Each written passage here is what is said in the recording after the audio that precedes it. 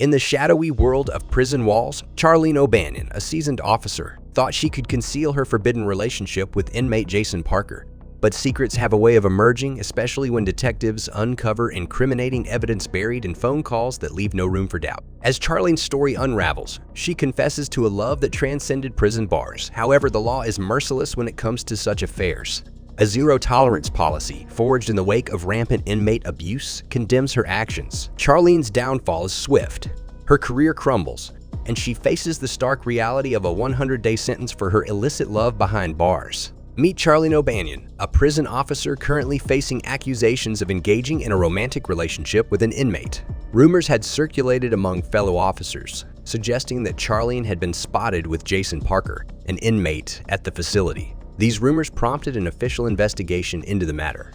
As Charlene navigates the situation, she believes she successfully evaded detection, convinced that she's escaped the authorities' scrutiny.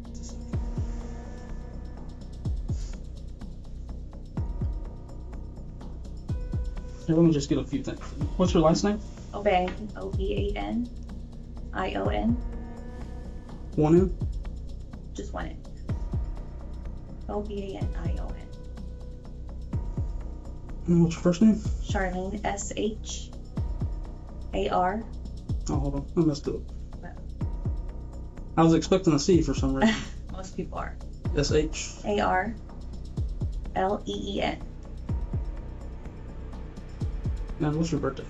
5/10/80. However, unbeknownst to her, the detectives leading the investigation have gathered all the necessary evidence to expose her alleged misconduct, and they're prepared to do so in a no-holds-barred manner. From the outset, Charlene adopts an air of innocence and feigns ignorance regarding the allegations against her, attempting to conceal her involvement in the affair. Yet the detectives are poised to reveal the truth, leaving Charlene to face the potential consequences of her actions. 6390. I appreciate it. So we're detectives. We're not like internal affairs or anything like that. So what is being investigated could be a criminal investigation, and it could just be internal. But I tell you that to tell you that this is a voluntary interview. If you don't want to talk to us, you're welcome to walk out at any time. Okay. Having said that, let's see. We were notified of a possible improper relationship between you and Jacob Parker. So we're here for that. I just kind of wanted to talk to you about it and get your side of that story. Charlene remains confident that her explanation will suffice to dismiss the allegations against her. She believes that the detectives may not have access to substantial evidence, and she questions why such accusations would arise without a basis in truth. However, she also anticipates that this conversation is inevitable. She starts to share her side of the story, mentioning an inmate named Justin Coker, who had attempted to contact her on Facebook after his release. Charlene claims that she promptly blocked him on the social media platform. No. Not at all? Okay. Is that cell phone number you gave me, is that a cell phone or a house number? It's a cell. Okay. Do you have any other cell phone numbers by chance? Mm-mm. Where are you typically assigned in the jail? It depends. Sometimes I'm in Pod 5. Sometimes I'm in, like today I'm in E-Quad. Sometimes I'm in E-Quad. They kind of just all moves around. Okay. And where is Jacob a trustee at? She goes on to recall a specific incident where Jason Parker engaged in a conversation with her near a window, and Coker apparently took issue with this interaction, warning Parker not to talk to her. Charlene insists that this was the extent of her contact with Jason. Charlene doesn't see how this conversation could be linked to allegations against her, particularly since it occurred months ago and was instigated by a jealous inmate. And he got out of here for I don't know what period of time, and he tried to contact me on Facebook, and he sent me a message, and I blocked him on Facebook. And I guess one time Parker was going back to E-Quad to use the bathroom, and he was talking like at the window with me, like at E-Quad, because I was in E-Quad. He was talking through the window, and I guess Coker like didn't like that, which I had no contact with him or anything.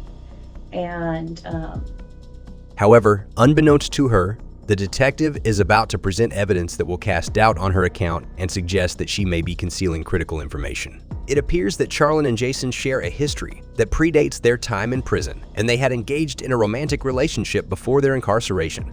Charlene maintains that their interactions within the prison were limited to playful banter and nothing more, or so she claims. However, the detectives possess recorded phone conversations from inside the prison that paint a starkly different picture. As the interrogation delves into the topic of these phone conversations, Charlene initially denies any inappropriate discussions both in person and over the phone. She attempts to clarify that she merely engages in regular conversations with Jason, refuting any insinuations of sexual content. However, the detective presses on, pointing out the evidence gathered from the recorded calls. The detective suggests that the content of these conversations strongly implies a past sexual encounter.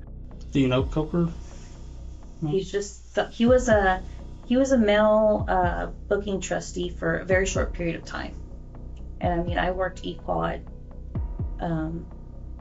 several times during that time, so he's kind of like an eQuad and like back and forth. Okay. When do you think that happened? A few months ago. Okay. Is Coker back in jail or? He came back, but I think he left. I don't know if he got released or he's in TDC now or something like that. Okay. So he's not in the facility anymore. So I'm just not trying to be rude here. Why would you expect this conversation to come up from that? Like now, if that happened a few months ago, which Charlene vehemently denies. Her original story begins to unravel with admissions of their past involvement and her admission of regular phone contact with Jason, even while she's at home. Just 15 minutes into the interrogation, Charlene's credibility is rapidly eroding and her behavior as a prison officer is becoming increasingly questionable. It's clear that there may be deeper, more concerning aspects to their relationship, and the detective is determined to uncover the truth. The detective now has additional questions, likely related to physical evidence, that could further unravel Charlene's story. How it started, like who it started from. But I was told that it was brought to somebody's attention, and then we looked at jail calls.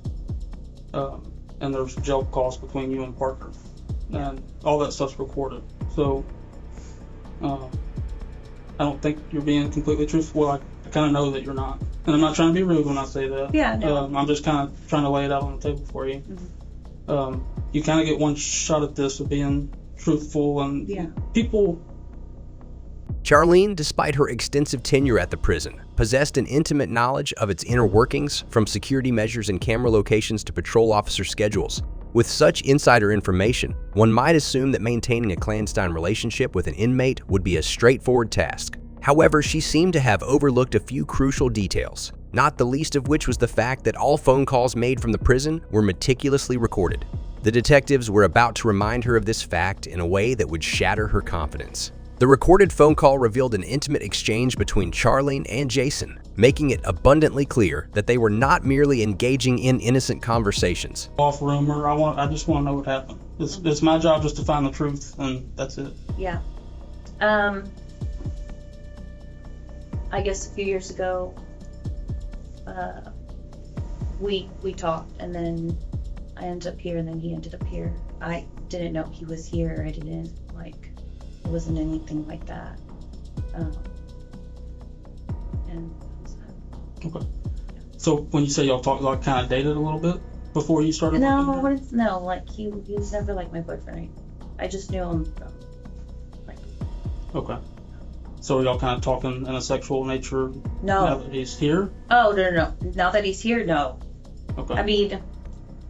Charlene's voice, laced with excitement and flirtation, hinted at plans to clean up and dispose of incriminating evidence before Jason's return home. The detectives listened in as the conversation took a suggestive turn. "Okay, baby, guess what?" Jason's voice crackled through the recording. Charlene, caught off guard, replied, "Nothing, I just won the blackjack game." Their dialogue continued with an escalating level of intimacy. Jason hinted at a mysterious item hanging from the ceiling, to which Charlene coolly replied, "It's a swing set." Jason's response left no room for doubt. "Oh, if I had that sex swing, you better believe I'd leave that thing up for you." Charlene, seemingly taken aback by Jason's directness, inquired further, "Would you really?" Jason didn't hesitate. "Hell yeah, let me put you in it. with a gag bar and everything. As the detective sat in silence, Charlene's voice played through the room's speakers and the realization of being caught red-handed began to dawn on her. And that's all for this video. Subscribe for more videos like this.